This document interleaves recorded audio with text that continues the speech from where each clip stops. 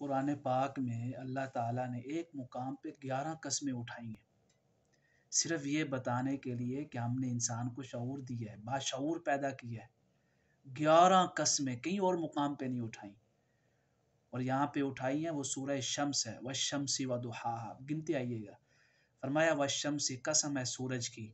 وضحاہا، اور قسم ہے اس کی روشنی کی جب وہ اجالا کر دے، والقمری، اور قسم ہے چاند کی اذا تلاہا، جب وہ سورج کے پیچھے آتا ہے، والنہاری، اور قسم ہے دن کی اذا جلاہا، جب وہ سورج کی کرنوں کو بکھیر دیتا ہے، واللیلی، اور قسم ہے رات کی اذا یغشاہا، جب وہ سورج کی کرنوں کو اپنی تاریکی میں چھپا لیتی ہے، والسمائی، اور قسم ہے آسمان کی، 11 قسمیں، فرمایا قسم ہے آسمان کی، وما بناہا، اور اس ذات کی بھی جس نے اتنا خوبصورت اور اعلیٰ آسمان بنایا،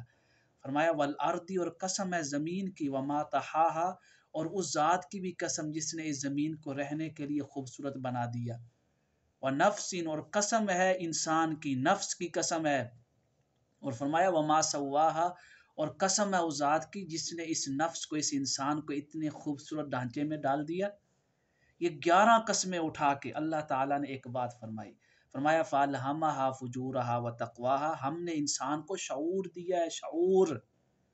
کیا شعور ہے؟ کہ اس کے اندر یہ شعور رکھا ہے کہ کون سی شے اچھی ہے اور کون سی شے بری ہے،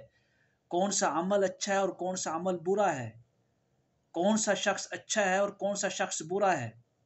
کون کرپٹ اور بے ایمان ہے اور کون ایماندار ہے۔ اس بات کو بتانے کے لیے، انسان کی اہمیت کو اجاگر کرنے کے لیے جو شعور کی اہمیت ہے، 11 قسمیں اٹھائیں پورے قرآن پاک میں۔ کسی بھی مقام پہ، کسی بھی صورت میں، کسی بھی پارے میں 11 قسمیں نہیں اٹھائی گئیں۔